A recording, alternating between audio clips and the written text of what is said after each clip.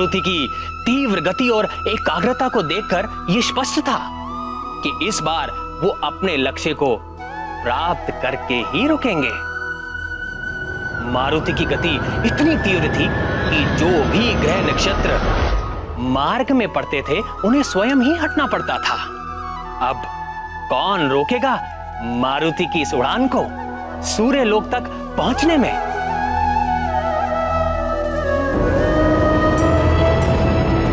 किसी भी कार्य में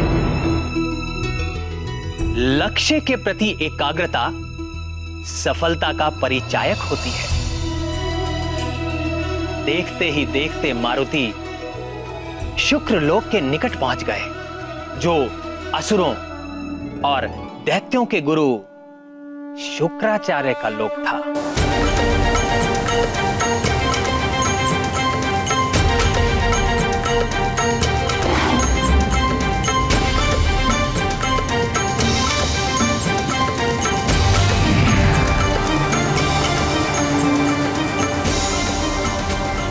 मुझ शुक्र की ओर कौन आ रहा है? अवश्य ही ये कोई शिव तत्व है। मैं इसके मार्ग से नहीं हटा तो ये मुझ दैत्य गुरु शुक्राचार्य से ही टकराएगा।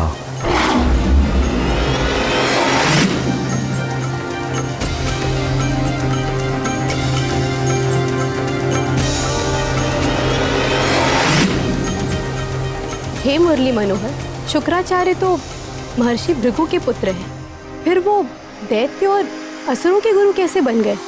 प्रिय, शुक्र के पिता तो थे महर्षि भृगु, किंतु उनकी मां दैत्यराज हिरण्यकशिपु की पुत्री दिव्या थी। कालक्रम में मां और नाना के प्रभाव में शुक्र भी देव दैत्य के द्वंद्व में उलझ गए और दैत्यों के गुरु बन गए। परिणाम स्वरूप तीनों लोग शुक्र के मंगलकारी ज्ञान से दूर हो गए। आज शुक्र जैसा ज्ञानवान असुरों का हितैषी है और पूरी तरह लंकेश, रावण और मेघनाथ के साथ है, और साथ ही सदैव तीनों लोगों की आसुरी शक्तियों के विकास और एकता के लिए सक्रिय रहते हैं। ऐसा कोई दैत्य असुर राक्षस नहीं है जो उनके कथन का उल्लंघन कर सके। अपने दंड विधान से और नीति ज्ञान से ये देवताओं में भी अपना प्रभाव रखते हैं और देवता भी इनके तप और योग बल को महत्व देते हैं।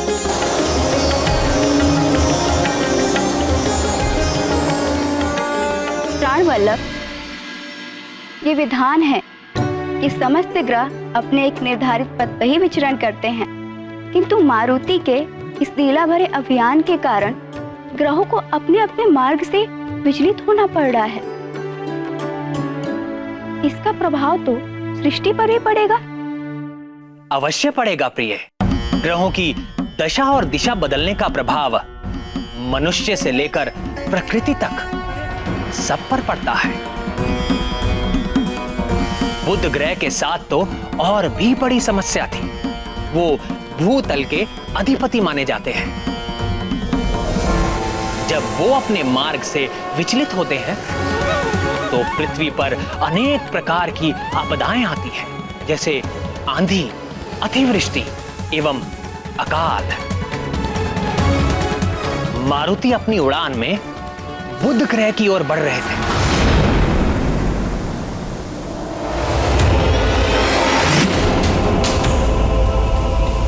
ये कौन अचानक उल्टी दिशा से इतनी तीव्र गति से मेरे बुध लोक की ओर चला आ रहा है?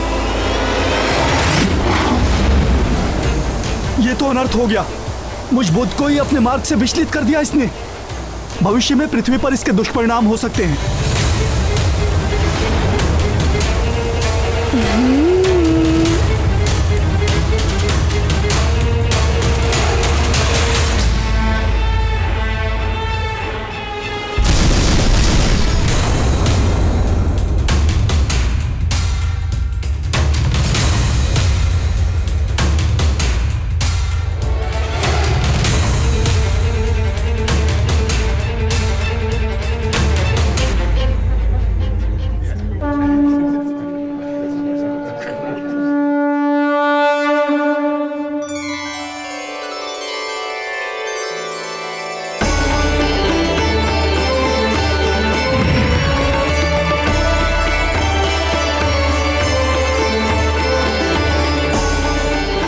प्रणाम सूर्यदेव। प्रणाम देवगण। जगत नियंता सूर्यदेव, आपकी जय हो। कालचक्र के सुचारू रूप से संचालन करने वाले सूर्यदेव, आप सदैव प्रकाशित रहें और इस सृष्टि को सदैव प्रकाशित करते रहें।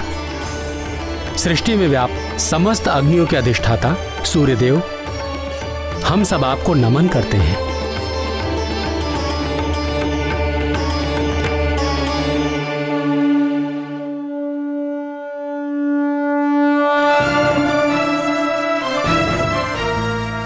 अग्निदेव, वरुण देव, कालदेव और अन्य उपस्थित देवगण, आज पुनः वो समय आ गया है जब राहु मुझे ग्रसने वाला है।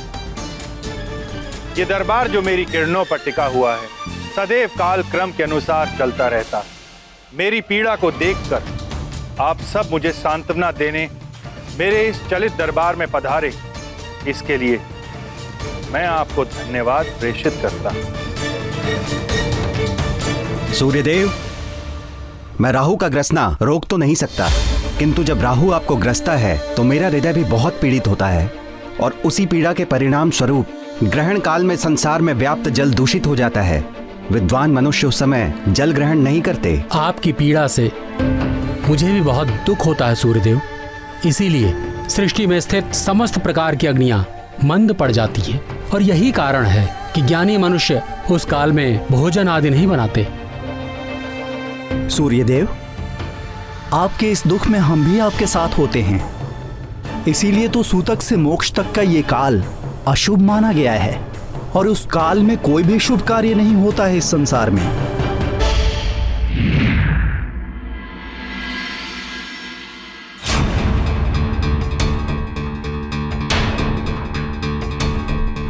क्या हुआ अरुण देव, आप भयभीत क्यों दिखाई दे रहे हैं? देव, न जाने कौन है जो हमारी ओर तीव्र गति से बढ़ता हुआ आ रहा है।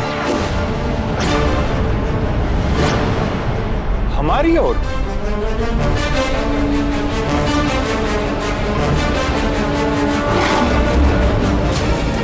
अभी राहु के आने का समय तो नहीं हुआ है, फिर ऐसा दुस्साहस करने का प्रयास कौन कर सकता है? देव, ये राहु तो है ही नहीं, ये कोई और है।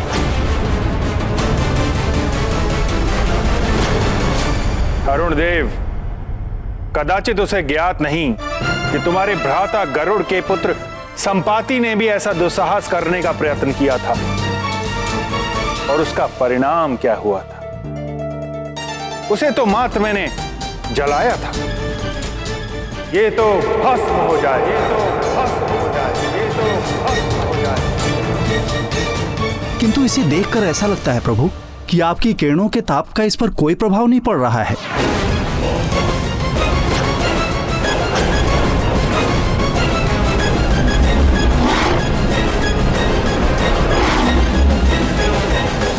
निकट तो आने दीजिए अरुण देव, फिर देखते हैं उस पर मेरे ताप का प्रभाव पड़ता है या नहीं। सूर्यदेव, आपकी अनुमति के बिना कोई सूर्यमंडल में कैसे प्रवेश कर सकता है? कदाचित उसे ज्ञात नहीं है कि इस सूर्यमंडल की रक्षा मैं कर रहा हूं। मैं वरुण देव, महाशक्तिशाली, जब मैं कुपित होता हूं तो संसार ही नहीं समस्त सृष्टि जलमग्न हो जाती है। प्रलय मचा देता हूं मैं, प्रलय। सूर्यदेव, सूर्यमंडल में प्रवेश करने से पूर्व उसे मुझ अग्निदेव का सामना करना होगा। ये समस्त संसार जीवित है तो मुझ अग्नि की कृपा से हव्य से देह तक, काष्ठ से लौह तक मैं सब जला देता हूँ। वो जो भी है मेरी शक्ति के समक्ष 2 पल भी नहीं टिक पाएगा। नारायण नारायण।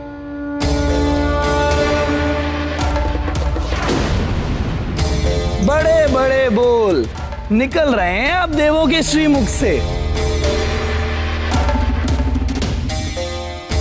किंतु वे कौन हैं? मैं बताता हूं।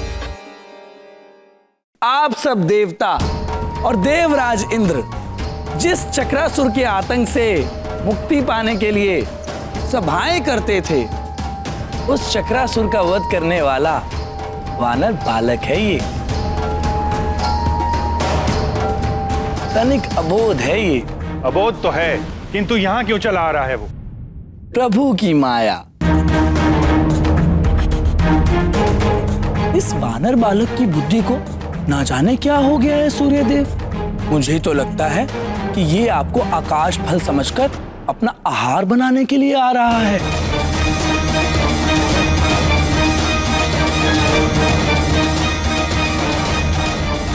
अब देखते हैं कि पहले राहु आपको ग्रसता है या ये बालक आपको अपना आहार बनाता है। परिहास कर रहे हैं आप देवर्षि। आपको अभी भी लगता है कि मेरे सुरक्षा कवच को कोई भेद कर मेरी अनुमति के बिना कोई मुझ तक पहुंच सकता है? मेरे सूर्य मंडल के रक्षक देवों, जाओ और उस बालक को रोको। इसलिए नहीं कि मैं उससे भयभीत हो गया, इसलिए कि वो एक अबोध बालक है। उसे तो ज्ञात ही नहीं कि मेरे निकट आने से वो जल जाएगा, यहां तक कि प्राण भी जा सकते हैं उसके।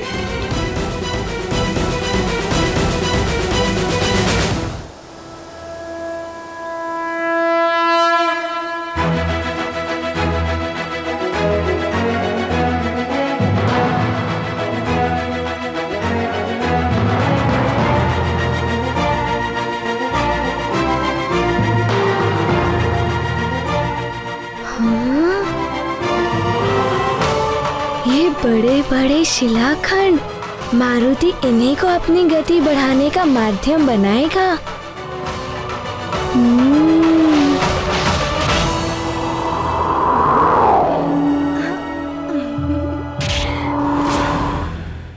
सूर्यदेव, वो वानर बालक अबोध हो या उद्दंड, किंतु एक बात निश्चित है, उस वानर बालक के पास मायावी शक्तियां हैं, जिस कारण उसने चक्रासुर को मार गिराकर यहां आने का दुस्साहस किया।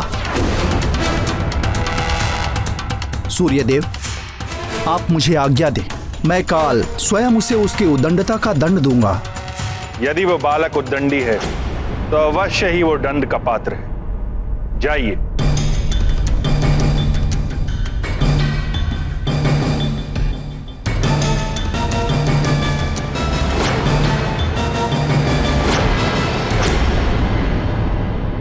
सूर्यदेव, आपका सुरक्षा कवच तो अभेद है, कौन भेद पाएगा इसे?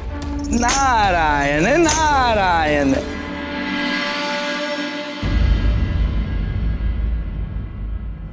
नमस्ते सर्वदेवानां शक्तिस्त्वं सत्यमास्थिता साक्षिभूता जगद्धात्री निर्मिता विश्वयोनिना एकतः सर्वसत्यानि तथा नृत्यशतानि च धर्माधर्मकृतां मध्ये स्थापितासि जगद्विते त्वं तुले सर्वभूतानां प्रमाणमिह कीर्तिता मातोलयन्ति संसारदुध्वरस्व नमोऽस्तु ते योऽसौ तत्त्वाधिपो देवः पुरुषः पञ्चविंशकः स एकोधिष्ठितो देवि त्वयि तस्मान्नमो नमः। नमो नमस्ते गोविन्द तुला पुरुष संज्ञक त्वं हरे तारयस्वास्मान् स्मात् संसार कर्दमात्। महाराज, राजन, अब आप इस सामग्री को स्पर्श करें और इसे प्रजाजनों में बंटवाने का प्रबंध कीजिए।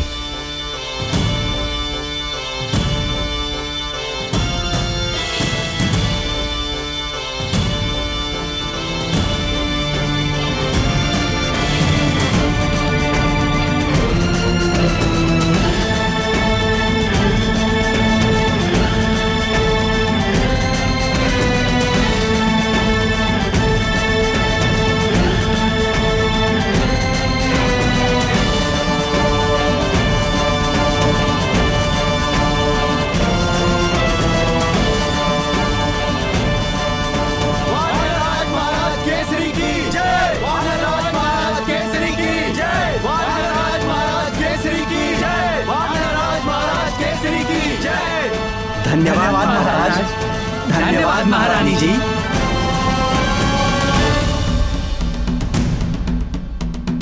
राजन, अब आप यज्ञ आरंभ करने हेतु यज्ञ मंडप में पधारे। जी पुरोहित जी। महारानी, आप जाकर हमारे पुत्र मारुति को भी ले आइए, उससे भी यज्ञ में आहुतियां डलवा देंगे। किंतु महाराज, मारुति तो अभी सो रहा है। ये आप क्या कह रही हैं महारानी जी? युवराज मारुति अभी तक सो ही रहे हैं। हाँ, किंतु आप इस प्रकार क्यों पूछ रहे हैं? महारानी जी, ग्रहण काल में सोना तो पूर्णतया वर्जित है, भाग्य भी सो जाता है। इस समय में मात्र पूजा, यज्ञ, दान आदि ही करना चाहिए। सुमेरु के युवराज का ग्रहण काल में सोना अशुभ एवं अनर्थकारी हो सकता है।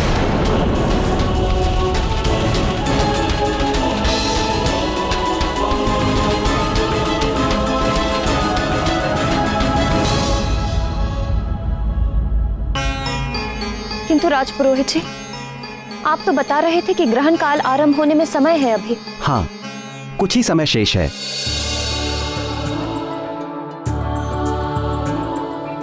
आपका बहुत बहुत आभार राजपुरोहित जी, समय रहते आपने बता दिया।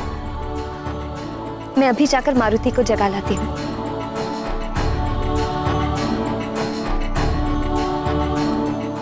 महाराज पधारिए। जी।